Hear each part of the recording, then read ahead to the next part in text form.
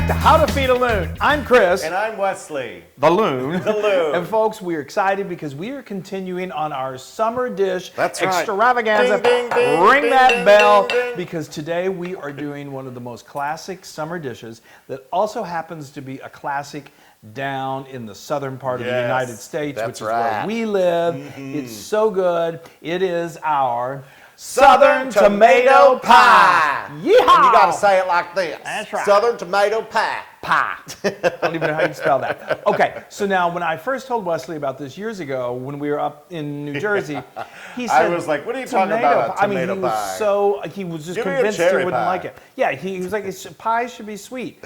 Well, sweet pie. This is a savory pie, and it is so good. Oh. It's delicious. It's so of the summer. Amazing. It's got fresh tomatoes, herbs, everything. Let's so let's go for get it. down to it. Yes. So we need to start off, it's a pie, so we need a pie crust, right? So Make your own. Make your own, because if you're going to do this, you want all of these ingredients to be super fresh. You want your crust to be Delicious. Flaky and buttery. Buttery and delicious. So go ahead and make your own. If you don't, okay, fine. No, we won't judge you. Right. But we have a link on the blog that shows you how to make some easy, delicious pie crust. in the recipe card, just click on it and you'll see how to do it. Yeah. We par bake this. We give you the instructions on how to do that. It just kind of gets it already pre-cooked in the oven before we start building our pie. So let's start building the pie. Let's talk. What's the crux of your pie? Well, I would think tomato. Okay, so we have got some beautiful tomatoes here. So now, tomatoes, like many fruits, have a high water content, and that can be problematic when you've got this beautiful. I resemble that remark. High water. We retain a lot of water. Us fruits. Yes. Anyway. But we really work hard at not. So we have tricks to resolve that problem. When you're cooking something that has a lot of water in a pie crust, your problem is that pie crust can get soggy. So many people have issues. I've seen people handle this in different ways. You can put a layer of breadcrumbs down there. You can put a layer of spinach. All of that is good. But I have another trick that I think works perfectly well. And it just brings out the flavor. It even brings the flavor even more. So let me talk about that. These are what are called heirloom tomatoes. They're all the rage for good reason because they're so delicious. They're amazing. If you can't find heirloom tomatoes, they're just another variety of it. They're kind of fragile, but they're so flavorful. They're so delicious, and there's only a particular time during the summer months that they're available. And where you live, they may not be available at all. So you can just use your favorite tomato. And what I do is, these heirlooms, some of them are huge, big, and giant, and different colors. I try to stick with the ones that are just more your average size. And then, you just take a knife, take the top off, core it, and then get a nice sharp knife, and then just cut some lovely slices of tomato, like you're having sliced tomato. Then we're going to begin the process of sort of exuding some of that water. What we do is we get a baking sheet and put a layer of paper towels that's already going to start to pull out some of that water. To help it even further, we're going to take some nice healthy sprinkles of salt. I like to use kosher salt, and just sprinkle those tomatoes.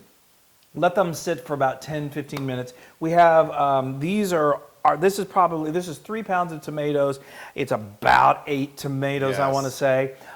We kept 3 over here off to the side because we're going to bake those on top, and we don't need to do what we're about to do to these. So then once you put them on, once they've been on that paper towel for a while, then you take your spatula and you put them on that roasting pan. How's that?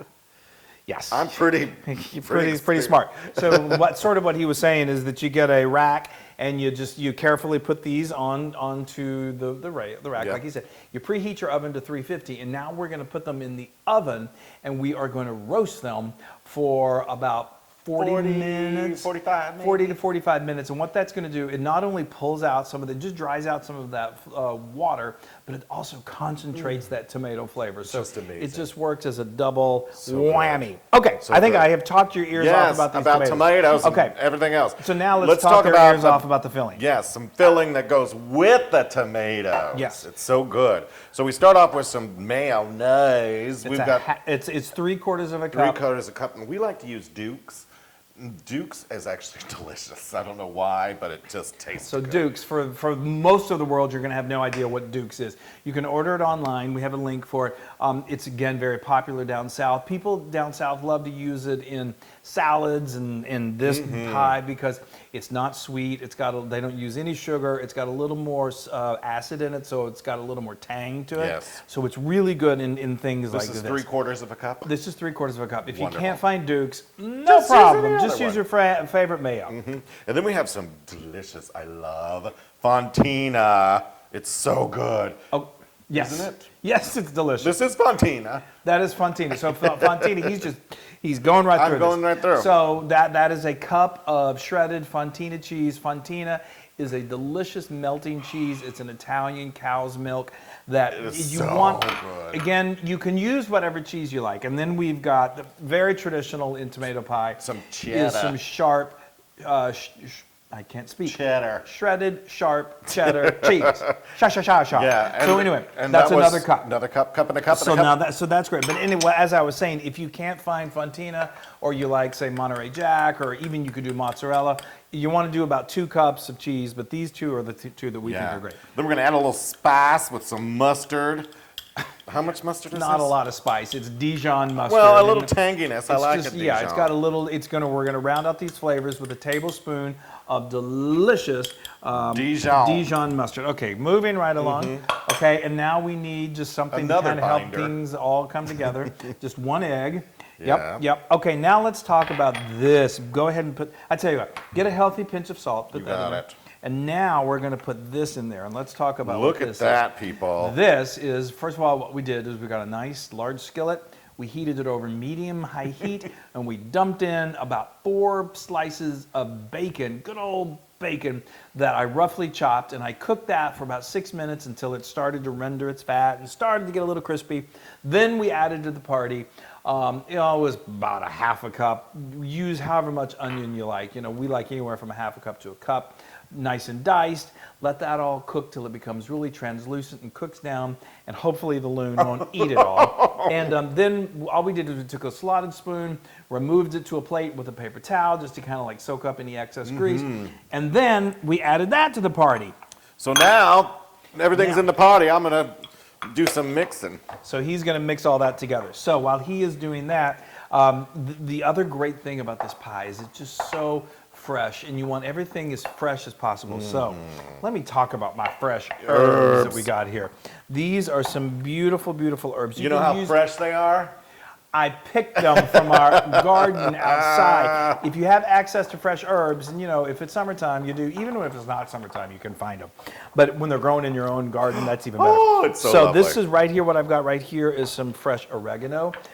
You can use thyme. You can use rosemary. You can use sage. Any kind of fresh herbs is going to be delicious in this.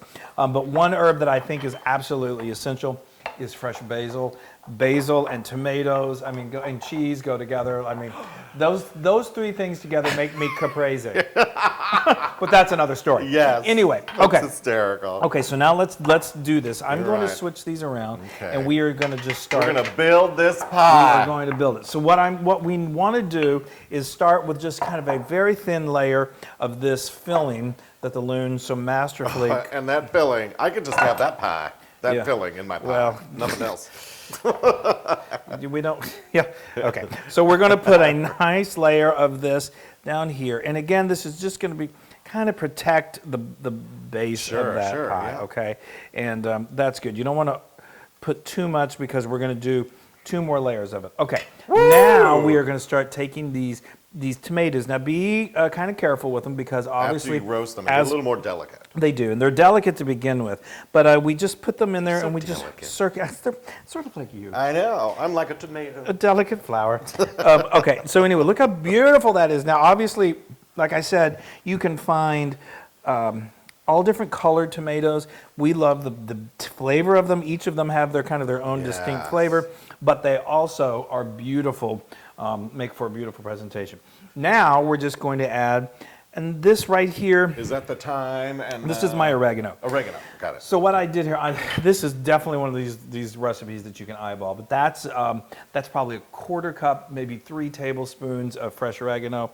I've got all the measurements in the blog post, but this I like to go with a little more basil. This is probably a half a cup that I've got right here, so I'm going to do close to a quarter cup of that right there. Good. Okay. Is that extra cheese over there? Yes, that's extra cheese that we're going to keep on hand just in case we need it before he starts eating. Okay, so now we're going to repeat this process, and then we're going to top it with one more layer of this, and then the cheese, and then we're going to go in the oven.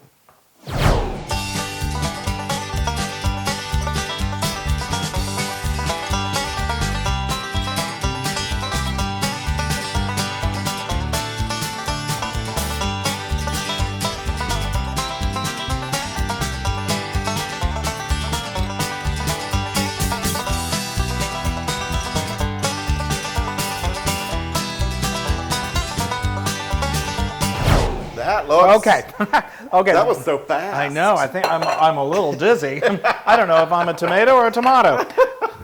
Okay, now the extra cheese is because this is using the this extra just it just is a nice little extra topping because you kind of do want to cover the top. Don't overdo it. This isn't like a extra cheesy pizza. So you have a little extra. I have extra. I mean, again, good. every tomato is a different size. I'm gonna eat this tomato. as we all are, and so yeah, it's great for believe me, it's not a problem if you have any left. It's over. Okay, so now I've kind of completed the top of this with a little more of our delicious fontina cheese. Now, We saved really 3 nice pieces. these are 3 tomato slices that again that we sprinkled with a little salt. So obviously we don't need a whole lot of salt added to this because we've salted these tomatoes. Look at that. That's so cute. And that's just beautiful. Doesn't that make for a gorgeous presentation? That is adorbs. Thank you. Okay, and now we're going to sprinkle just a little more of this on top. Save some because when you get done baking, you're going to want to sprinkle just a little bit more. Okay, that's a beautiful piece of work. Oh. But we're not done. We've got the oven set to 350 degrees Fahrenheit. Oh, right. We got to cook it. And then we got to cook it. So this is going to go in the oven now for only 40 minutes. It's going to bake. The problem is, this is what kills him, is then it needs to rest for... It really should rest for a good hour, let it cool, but he afterwards. has such a hard time that you can dig Yeah. into it. So, okay. I might do that. This is so beautiful. I mean, It smells so good. it smells incredible. That looks It's gorgeous. like a work of art. It looks as beautiful as it smells, and that's something. So let me remind you what we did. We put this in the oven for 45 minutes, and then we took it out, and we put it in the oven and we took it out. then we took it out. So we put it on a rack, and I have to tell you guys. So we're here at How to Feed a Loon. We show you all of these great cooking techniques, and we hopefully give you a little humor along the way. But this is really our lives, and the Loon cannot wait. So I said this needs to rest, and he loves it so much. We're going to go ahead and cut into this probably Yes. earlier than I would tell you to cut into this. Okay, so it's good. The thing is that when it's really hot, you can serve it, but the juices are really flowy and all. So we're gonna enjoy this together, and we're gonna cut into. It's been cooling for about 20 minutes, and we're gonna eat it. Let's give it a but whirl. I think so. Let me just say that you can certainly serve this piping hot. You're just going to have a little bit of a flowage. Right. Or you can serve it nice and warm. That's really good. Or you can Room temp. serve it room temperature. And this is wonderful for like a brunch. Anyway, I've talked way too much. But let me Yeah, cut get it into all this. in there. Okay. Yeah, it's so beautiful. Oh. And you were all just going to have to hold our breath. And I'm sorry. It's I know, just I so know. delicious I- and cheesy looking. And I have to say, Tomatoey. I can't blame you. I feel sort of the same way. The cruelness of having to wait for this. Okay, so just in case, we made one of these yesterday. We had some friends over, and we made it for brunch and it's so good. and it completely cooled. Oh yeah, that's cheesy deliciousness. Yeah. Oh. Yeah, that's the spread. Hey, do you have that other one? Yeah, I will. Let me. So that obviously spread. But let me show you just in the meantime. So this is one that we made yesterday, and it's still absolutely beautiful. You can see That like the looks tomatoes great. Cut in a there. slice of that too, and So I'll show I'm the gonna cut folks. a- I'll show the folks. Like, if you don't wait, this is what it's going to look like. I mean, trust me. I mean, when it's piping hot like that, it is absolutely delicious. It doesn't hold together quite as nicely That looks great. as this does. And then, of course, That looks so good. what you could do is then sprinkle a little of this Oh, around the don't top. get any on mine. Well, yes, On my pile. it's beautiful. Come on, I'm trying this one over here. Okay. It looks so good, and the smell is ridiculous. And if you had not done that to the tomatoes, this would be a Oh, it plate would be a full of soup. wet, and you wouldn't be able to get that crust out of there. All right. Yeah. It's a little flowy, but what do you think? It is amazing. It is amazing. It's truly. It's so good. It has that just delicious summery tomato taste, and the cheese just oomps it all up in there. It really does. Oh, It is truly and the bacon. I mean, of course, if you want to Yeah. go vegetarian, you can leave the bacon out. That's no problem. Oh. But it all comes. There is something about this dish, folks, that it all comes together, and it just is let insanely me turn good. this one over here. Okay. Well, we're just gonna keep on eating. See how that one keeps together a little more because we let it sit. Yeah. But and the great thing is, it's like any good piece of pie, quite honestly, if you think about it. Look at that piece That of it's pie. pie is amazingly delicious out of the oven. But how many times have you had pie when it's the room temperature and it's Well, I'm going to tell you one thing. Like this, nice and put together, and then this one over here, which is just as delicious, is 100% Loon approved. I was wondering where we were going with that. So they're both I'm gonna Loon go with the approved. warm over here. I figured. I as much. love it. I know. I just can't tell you I don't this have- flavor explosion. I know. How much? Where are you going? You didn't get me a fork, so I need a fork. Let me have a bite of this now, okay? Wow. I know. I could eat tomato pie day in and day out. Well, we've been doing that. Isn't it amazing? Yeah. And it's something that a lot of people. Yeah. It's one of those things that'll surprise people when you make So it. They're like, oh, even tomato look, pie. so Interesting. even look at that. So now Yeah, no, it's still. I know. it's already staying together already. I'm a stickler, and so are you, for presentation. I know. And again, this is so good. Oh my God, I'm just feeling tingles. All over. Oh. Okay. Now you can get this recipe and many more on howtofeedaloon.com. And this, folks, is a gigantic tomato. Yes. It's an heirloom tomato, I and love they're wonderful. But anyway, go to social media, like us, share us, do all of that great stuff. Yes. And And make some southern tomato pie. Tomato pie. I'm saying hi to tomato pie because I'll never say goodbye. Never, never, never. But we got to say goodbye. Yeah. All right, till next time, y'all come back, y'all. You hear? Hey, everybody. Hey, now if you like what you saw, make sure you subscribe to our YouTube channel. That's right. And to get more amazing recipes like Yeah. this, just click right here. Click, subscribe, Do it all. subscribe. Just click and subscribe.